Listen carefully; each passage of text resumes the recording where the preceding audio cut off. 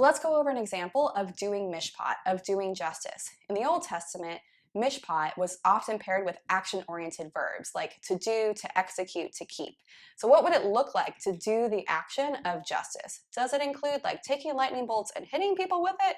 What does doing justice look like? So I love this example that we see in the life of Solomon because it's a very clear example of what doing justice or doing mishpat would have looked like. So the story of Solomon's kind of famous. So Solomon, he was a king in Israel, and one night in a dream, the Lord came to him and asked him if you can have anything in the world that you want, what would you want? And Solomon's response is that he wants wisdom in order to govern his people well. Now let's read what God's response is to Solomon's request for wisdom. So 1 Kings 3:10 through 12. The Lord was pleased that Solomon had asked for wisdom.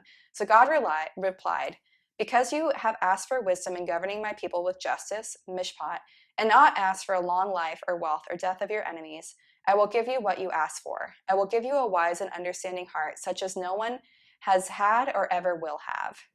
So God is so pleased with Solomon because God wants his people to have justice. God wants his people to experience mishpat. And Solomon asking for wisdom meant that he would be able to bring justice or mishpat to his people well.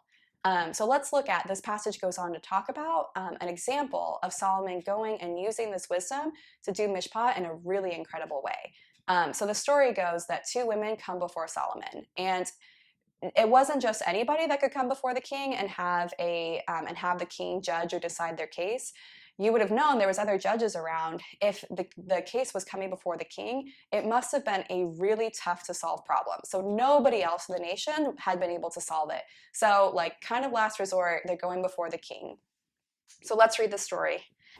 So 1 Kings 3:16 through 22. Sometime later, two prostitutes came to the king to have an argument settled.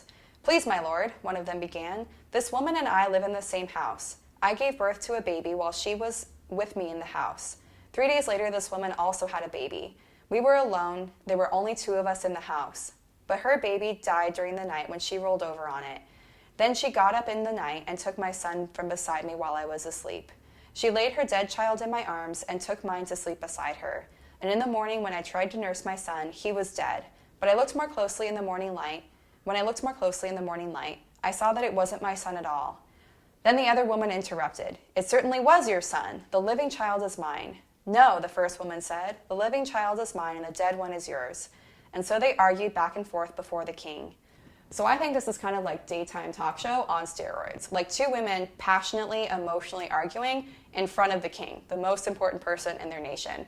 And we have to understand that at this time, Solomon wouldn't have had like modern investigative means for figuring out whose child belongs to who. There wasn't DNA evidence, there wasn't fingerprints, he couldn't look at pictures. He had to figure out a way to find the woman's child out without having those types of tools. So let's see what Solomon does to be able to discern who the child actually belongs to. So the passage goes on to say, then the king said, let's get the facts straight. Both of you claim the living child is yours, and each says that the dead one belongs to the other. All right, bring me a sword. So a sword was brought to the king. Then he said, cut the living child in two and give half to one woman and half to the other. Then the woman who was the real mother of the living child, who loved him very much, cried out, oh no, my lord, give her the child. Please do not kill him. But the other woman said, all right, he will be neither yours nor mine. Divide him between us. Then the king said, do not kill the child, but give him to the woman who wants him to live, for she is his mother. So this is an extraordinary case. Solomon had to be full of wisdom to come up with a way to discern who the child belonged to without any of our like modern investigative tools. So he was able to test the true heart of the mother with his case, with his decision. So let's look at what is the nation's response. So this is like a pretty extraordinary thing that he just did.